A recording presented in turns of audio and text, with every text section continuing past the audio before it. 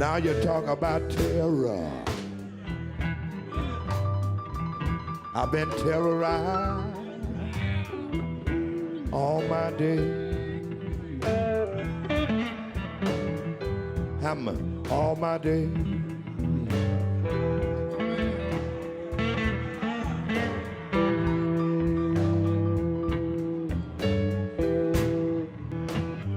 Hi, I'm Chris Hedges. Welcome to Days of Revolt.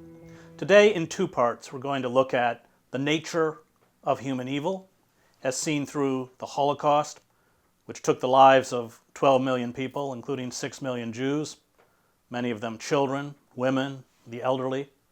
And with me to discuss the rise of one of the most horrific campaigns of mass murder in the 20th century is Lola Mozes, who grew up in Poland, although grew up in a household that spoke German, was moved to a ghetto, and then finally, towards the end of the war with her mother, into Auschwitz-Birkenau.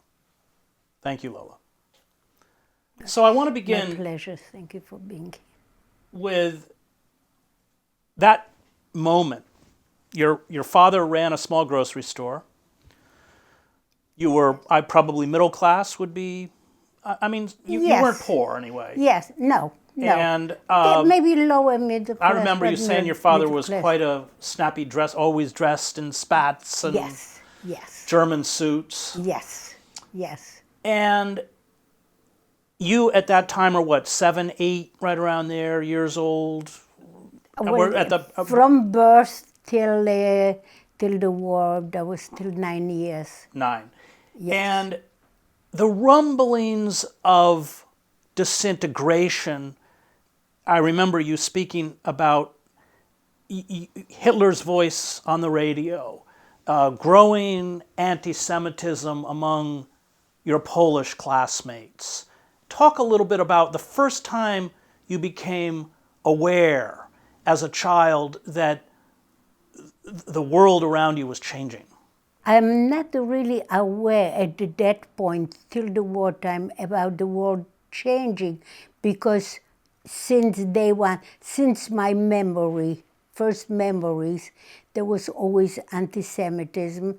And I mentioned once I was accused of killing Jesus, and at that time I happened not to know And your brother Jesus. Oscar was beaten up as a boy. He was beaten up. So we were used to it. Nevertheless, we lived sort of peacefully with our neighbors who were all non-Jewish, mainly Catholic, the religion of Poland. And you didn't live in the Jewish section? No, we did not. As a matter of fact, we lived among coal miners and steel workers. That's where. But I do remember you saying that you did remember your parents listening to Hitler's voice on the radio, and you sensed that something was not right. His voice was scary. His voice was scary. We were thrown out of the house so we wouldn't disturb, because they were listening. What he was saying, I don't know, because I couldn't hear. I could hear his voice, and everybody knows his voice. As a matter of fact, he was the best speaker of the century, I think. And so I did not feel changes. Antisemitism was there all the time. We lived with it happily. Let me put it that way. And on Sundays, my mother made sure that we were dressed, because people went to church. So if we went outside, we should look nice and be quiet, be respectful. And we were. Our neighbors were pretty nice, although the kids used to taunt me, and sometimes with then my father had the store, so of course the store had candies. Right. So they would make me steal candies, and they were mostly poorer, a little poorer. I don't know, Polish people somehow live poorer. And so the upheaval in your life really began in September 1939.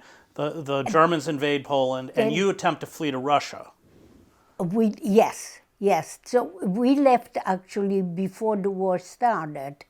And at that time, we did not expect war. We went to Bochnia, where my aunt lived. We took a train, a Wow. passenger train.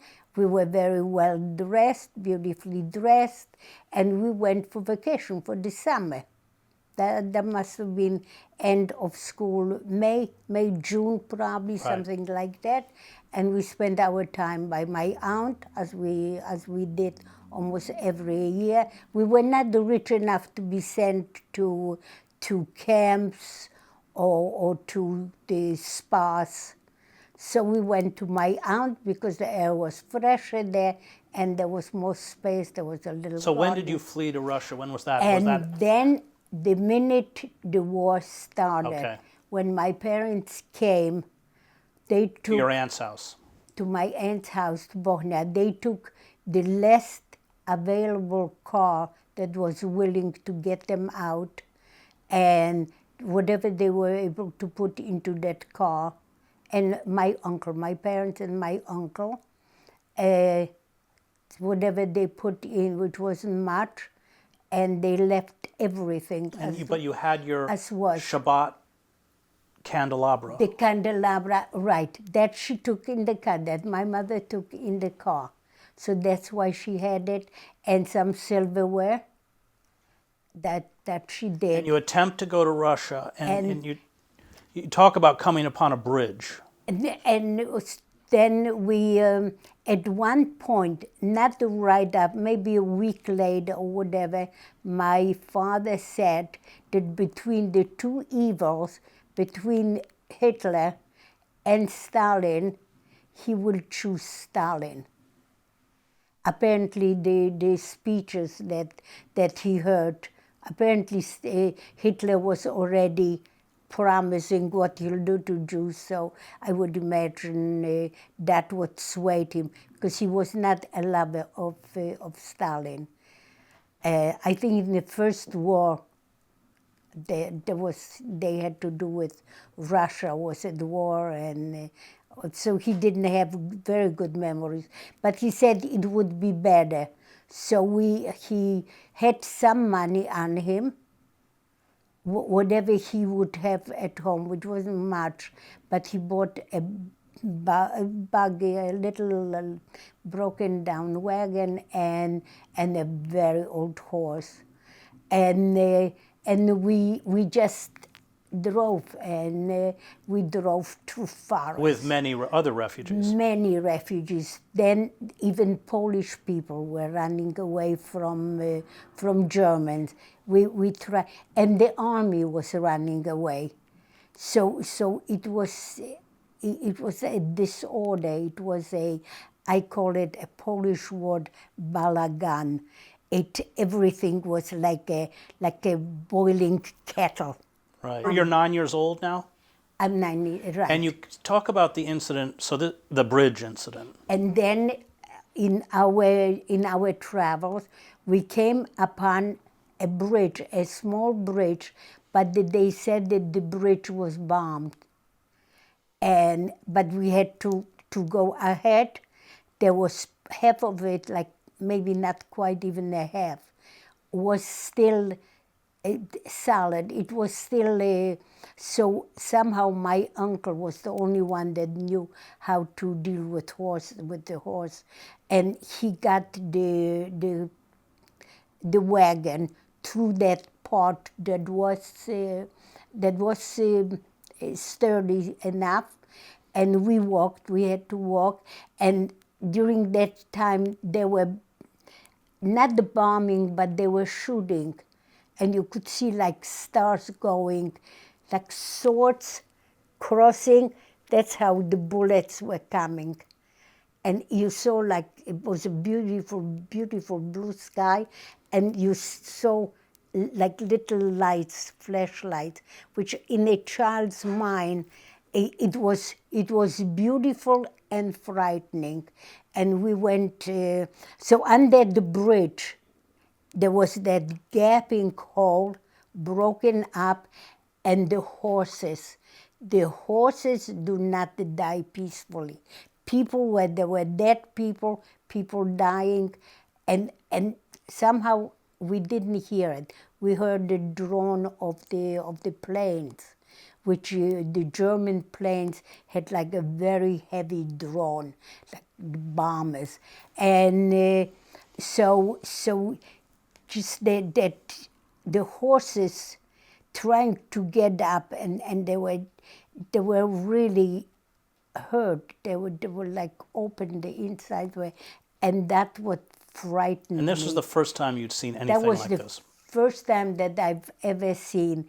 And of course I was afraid because the travels, as a child, you have such fear. All of a sudden, at night, you hear as a child ghost stories.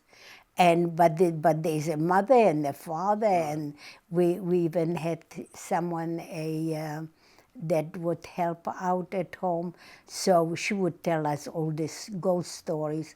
But there was someone to keep us calm and quiet, so that was okay.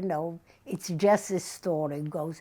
But here you drove through the night. You heard owls through the forest. It was scary. So I remember a deep fear which sort of wrenches your guts. It like holds your gut. And then on that bridge, I didn't know where my father was. My uncle was just leading that poor horse. I was standing next to my mother, so we were sort of dispersed, and it was terribly, terribly scary. But somehow we got through the bridge. You don't make it into Russia. You end up No. in the ghetto. Which ghetto? We went back to, yes, because also we went on the truck and we were not, they wanted payment for Right. it. So you can't get into Russia. And so we can't. So then I have no recollection how we got back. You got That back to your is aunt's. To my, right. Then at that point, my father, by that point the Germans were already in the port. They were in, they were out. Sometimes they were the Germans, sometimes they were the Russian. They still didn't divide Poland quite well. So he decided that if we can't go to Russia, we might as well go back. But this is a total blank in my mind. Let's talk about they Apparently build the was ghetto scary. gradually. They first Yes. they first quarantine you to a certain part of town. Eventually the walls go up.